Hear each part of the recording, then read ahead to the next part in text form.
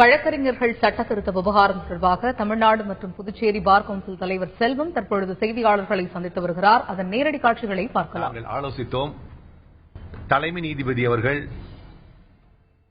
இந்த ரூலுடைய சரத்துக்களுக்கு வழக்கறிஞர்களுக்கு பாதிப்பு ஏற்படும் வகையில் உள்ள சரத்துக்களை கீழமை நீதிமன்றத்தினுடைய அதாவது தமிழகத்தில் உள்ள அனைத்து வழக்கறிஞர் சங்கங்களையும் அவர்களுடைய கருத்துக்களை கேட்டு அவர்கள் கருத்துக்களை நீங்கள் தமிழ்நாடு பார் கவுன்சில் பெற்றுக்கொண்டு அதை தலைமை நீதிபதியிடம் சமர்ப்பிக்க சொல்லியிருக்கின்றார்.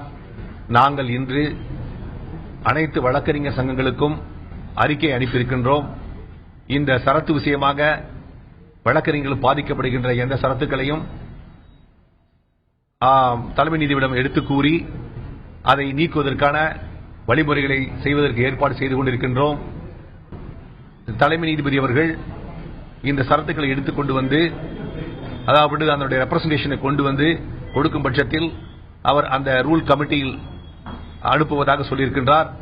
அந்த ரூல் கமிட்டியும் அதை ஒற்றுக்கொண்டு இந்த எந்தெந்த சரத்துக்கள் வழக்கறிஞர்களுக்கு பாதகமாக இருக்கின்றதோ அதை நீக்குவதற்கு ஏற்பாடு செய்து கொண்டிருக்கின்றது.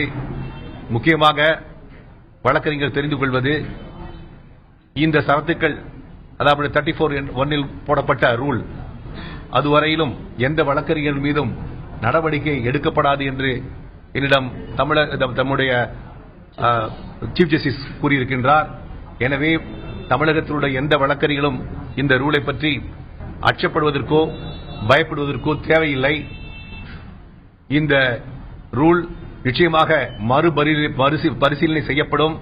அதேபோல நம்மளுடைய அகில இந்திய பார் கவுன்சிலுடைய தலைவரும் அவரும் எங்களுக்கு கடிதம் அனுப்பியிருக்கின்றார். தலைமை நீதிபதிக்கும் அனுப்பியிருக்கின்றார். அதில் இந்த சரத்துக்கள் விஷயமாக வழக்கறிஞர்களுக்கு பாதிக்கப்படும் பட்சத்தில் அதை ரீகன்சிடர் பண்ண வேண்டும் என்று நம்முடைய தலைமை நீதிபதி கேட்டிருக்கின்றார். அதற்கு பார் கவுன்சிலும் ஒத்துழைக்க வேண்டும் என்றும் கேட்டிருக்கின்றார். அதன்படியும் நேற்று நாங்கள் தலைமை நீதிபதி ஆலோசித்தோம். நாங்களும் அந்த கடிதம் வரப்பெற்றிருக்கிறோம் என்று தலைமை நீதிபதி சொன்னார். எனவே வழக்கறிஞர்கள் நாம் மக்களுக்காக வேலை செய்கின்ற வழக்கறிஞர்கள் நிச்சயமாக வழக்கறிஞர்கள் பாதிக்கப்படும் பொழுது அவர்களுக்கு உரிமை குரல் கொடுப்பதற்காக தமிழகத்தில் நாங்கள் இருக்கிறோம் என்று நாங்கள் நிச்சயமாக சொல்கின்றோம். இதில் யாரு சிலரோட தூண்டுதலின் பேரில் செய்கின்ற இந்த போராட்டங்கள் தயவு செய்து தமிழகத்தில் அனைத்து வழக்கறிஞர்களும் கைவிட்டுவிட்டு உங்களுடைய குறைகளை சொல்லும் பொழுது நிச்சயமாக கீழமை நீதிமன்றத்தில் உள்ள வழக்கறிஞருடைய குறைகள் நிச்சயமாக கேட்கப்படும். அதுவும் அவர்கள் பாதிக்கப்படும் வகையில் இந்த சரத்துக்கள் இருக்காது என்று தலைமை நீதிபதி என்னிடம் குறிப்பாக கூறியிருக்கின்றார். மீண்டும் சொல்கின்றேன், இந்த சரத்துக்கள் விஷயமாக இதில் 34(1) போடப்பட்ட இந்த ரூல் சம்பந்தமாக தமிழகம் பாண்டிச்சேரியில் உள்ள எந்த வழக்கறிஞர்கள் மீதும் இந்த ரூல் மறுபரிசீலனை செய்யும் வரை நடவடிக்கை எடுக்கப்படாது என்று என்னிடம் உறுதிமொழி கொடுத்திருக்கின்றார். இதை நீங்கள் ஏற்றுக்கொண்டு உங்களுடைய அந்த ரெப்ரசன்டேஷன் அனைத்து வழக்கறிஞர் சங்கங்களுக்கும் அனுப்பப்பட்டிருக்கின்றது. உங்களுடைய ரெப்ரசன்டேஷன் நீங்கள் அனுப்பும்படி உங்களுடைய பாரில் ஆலோசனை செய்து அனுப்பும்படி கேட்டிருக்கின்றோம். 17/6/2016 அவங்களுடைய ரெப்ரசன்டேஷன் பார் கவுன்சில் வந்து சேர வேண்டும். நிச்சயமாக பார் கவுன்சில் இதற்கான நடவடிக்கை எடுக்கப்படும். இதில் எந்த கருத்து வேறுபாடும் இல்லை. வழக்கறிஞர் நலன் காப்பதே நமதுடைய நோக்கம் என்று உங்களுக்கு தெரிவித்துக் கொள்கின்றேன். 17/6/2016 பார்ல கேட்டிருக்கோம்.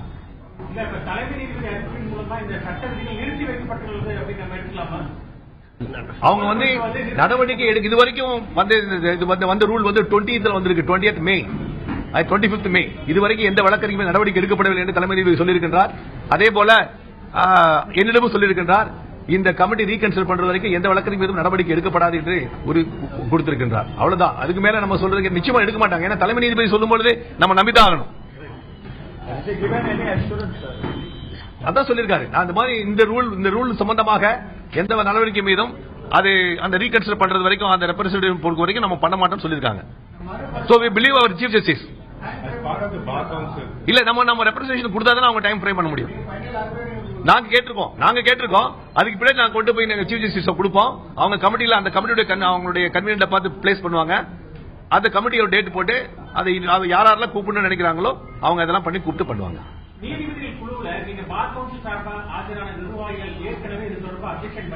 கண்டிப்பா நான் தான் பேரான இதுல அட்வொகேட் ஆன் ரெக்கார்ட் என்று சொல்லக்கூடிய அந்த வழக்கறிஞர் தேர்வு எழுதிவிட்டு தான் வர வேண்டும், சுப்ரீம் கோர்ட் போல தேர்வு எழுதிவிட்டு தான் வர வேண்டும் என்று சொன்னார்கள். அதை பார் கவுன்சில் கடுமையாக எதிர்த்தது.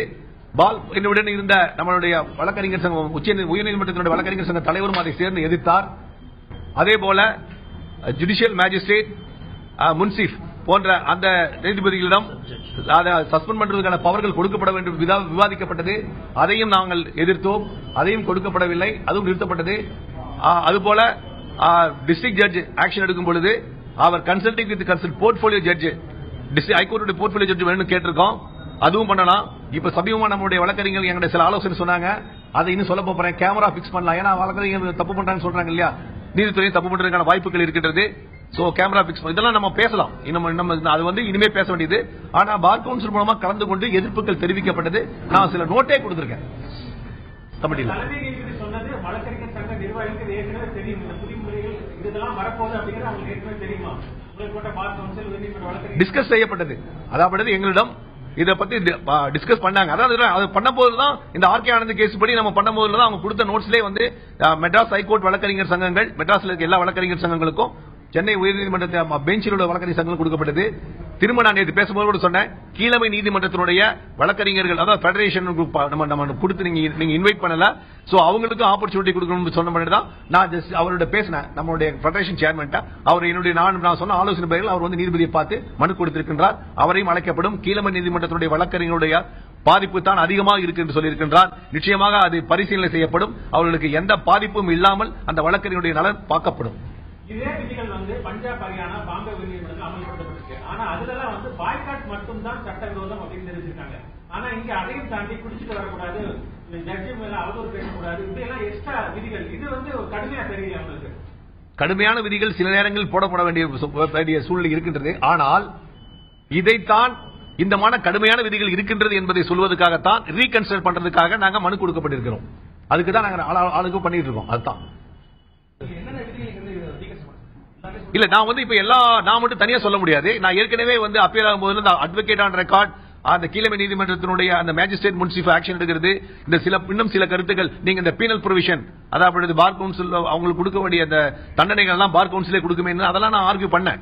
அவங்கள்ட்ட நான் எடுத்து சொன்னேன். இப்போ அதுவும் நம்ம இப்ப என்னென்ன கொடுக்குறாங்க கீழமை நீதிமன்றத்தினுடைய வழக்கறிஞர் சங்கங்களும் நம்மளுடைய மற்ற உயர்நீதிமன்றத்தினுடைய வழக்கறிஞர் சங்கங்களும் என்ன மனு கொடுக்கிறார்களோ, என்ன ரெப்ரசன்டேஷன் கொடுக்கிறார்களோ அதை கன்சாலிடேட் பண்ணி அதை நாங்க எடுத்துட்டு போய் கொடுத்து அப்பதான் நம்ம வழக்கறிஞர்கள் பாதிப்பு இல்லாத ஒரு சட்டத்தை கொண்டு வருவதற்கான ஏற்பாடு செய்யும். Bar Council of Tamil Nadu is a regulatory body. Yes. Yes. Why also role has been promoting the body? Yes. It shows that you are powerless or you are not functioning. No, we are functioning. நாங்க function பண்ணாம இப்ப இல்லாம இல்ல. வழக்கறிஞர்களுக்கான சேவைகளை செய்வதற்காகவும் அதாவது சேமநல நிதி கொடுக்கப்பட்டிருக்கிறது. 5,20,000 கொடுக்கப்பட்டிருக்கிறது. இவ்வளவு பெரிய பில்டிங் கட்டி உங்களுக்கே தெரியும். வழக்கறிஞர் அது மட்டும் இல்லாம வழக்கு கிளர்க்கு அட்வொகேட் கிளர்க் இருந்தா கூட நாங்க 2 லட்சம் கொடுக்குறோம். முன்னாடி 50 லட்சம் 50,000 கொடுத்துட்டு இருந்தாங்க. Bar Council of India fund 20,000 கொடுத்துட்டு இருந்தாங்க. இப்ப அது 50,000 ஆக்கி கொடுத்துட்டு இருக்கோம். வழக்கறிஞர்களுக்கு அதாவது இன்சூரன்ஸ் ஃப்ளோட் பண்ணிட்டு இருக்கோம். ஒரு வழக்கறிஞருக்கு இறந்தால் 10 லட்சம் கொடுக்கப்படுகிறது. அதே மாதிரி மெடிக்கல் கிளைம் பாலிசி பண்ணிட்டு இருக்கோம். வழக்கறிஞருடைய குரோத் பண்ணிட்டு இருக்கோம். இந்த சைமல்டேனியஸா வழக்கறிஞர் செய்கிற தவறுகளை தவறு செய்த வழக்கறிஞர்கள் மீது பார் கவுன்சில் நடவடிக்கை எடுத்துக்கொண்டுதான் இருக்கின்றது. அதில் எந்த விதமே கிடையாது.